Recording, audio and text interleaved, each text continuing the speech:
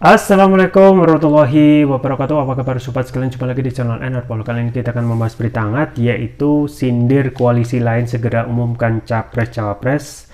Nasdem, Anies ditelanjangi di mana-mana ya. Jadi ada hal yang kadang perlu untuk segera diketahui oleh publik, yaitu capres dan cawapres di koalisi yang lain ya. Karena koalisi perubahan sudah menyampaikan deklarasinya dengan fix ya, dan tinggal bagaimana posisi Anies saat ini yang sudah diketahui track recordnya itu sering ditelanjangi dalam tanda kutip ya, sering diserang gitu ya, dan itu akan menjadi makanan sehari-hari Anies ke depannya.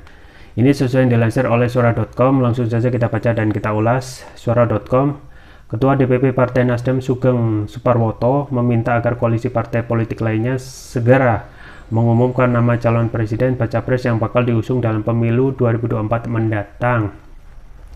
Pernyataan tersebut disampaikan Sugeng usai acara buka puasa bersama di Nasdem Tower pada Sabtu malam.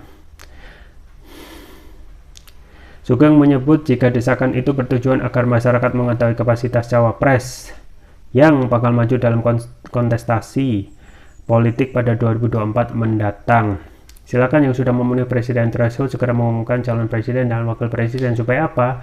Supaya masyarakat juga menjadi tahu siapanya, kata Sugeng kepada wartawan. Supaya masyarakat juga bisa mengeksersis ya, presiden, calon presiden itu apa sih, siapa, coba kelebihan kekurangannya di mana, katanya. Sugeng kemudian mencontohkan Anies Baswedan yang dijagokan maju sebagai bakal calon presiden baca pres oleh koalisi perubahan untuk persatuan. Selama ini masyarakat sudah mengetahui baik buruk visi mantan Gubernur DKI Jakarta itu. Anies Baswedan ditelanjangi di mana-mana, kasarnya dalam konteks positif. Sudah barang tentu yang bisa dipertanyakan komitmennya, visi misi dan seterusnya, ujarnya. Lebih lanjut, Sugeng menyebut mengenai safari politik Anies ke berbagai daerah belakang ini yang disebutnya mendapat antusias yang baik. Kalau misalnya Pak Anies dengan kami, Partai Nasdem dan partai koalisi lain mengantar Pak Anies berkomunikasi, bersilaturahmi di daerah-daerah, dinamikanya tinggi kok, jelas dia. Ya, itu ya sobat sekalian tentang dari Nasdem ya, Agung Suparwoto, Ketua DPP Partai Nasdem, yang melihat memang nggak adil dong ya. Satu sisi ya koalisi perubahan sudah mengumumkan dan sampai ditelanjangi dalam tanda kutip ya, artinya sudah serang dengan berbagai macam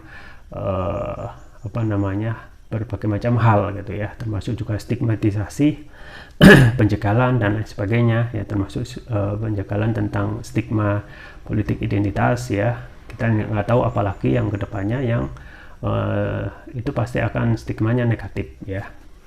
Jadi serangan-serangan dalam kontestasi pilpres itu sudah dimulai sejak baca pres Nasdem yaitu Anies Baswedan ini diumumkan ya, dan juga penjagalan-penjagalan yang itu tentu saja pasti ya direncanakan gitu ya, direncanakan. Ada juga demo-demo penolakan yang ngakaknya ketika ada demo penolakan tentang kehadiran Anies Baswedan di daerah itu ya, kemudian dibayar dengan sambutan antusiasme ribuan warga atau ribuan relawan, termasuk juga para pendukung Anies Baswedan. Nah, sampai saat ini memang Anies saat ini menjadi target ya, karena benar-benar fix ya, sudah di satu orang saja gitu ya, yang lainnya belum berani ya.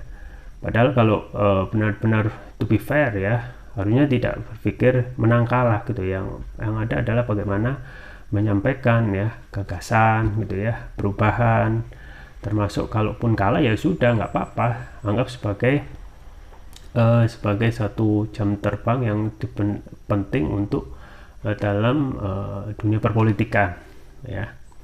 Nah, kan memang pikirannya dana untuk pemilu ya, anggaran untuk pemilu kan mahal ya, jadi kalah itu ya akan menjadi hal yang sangat menyesalkan.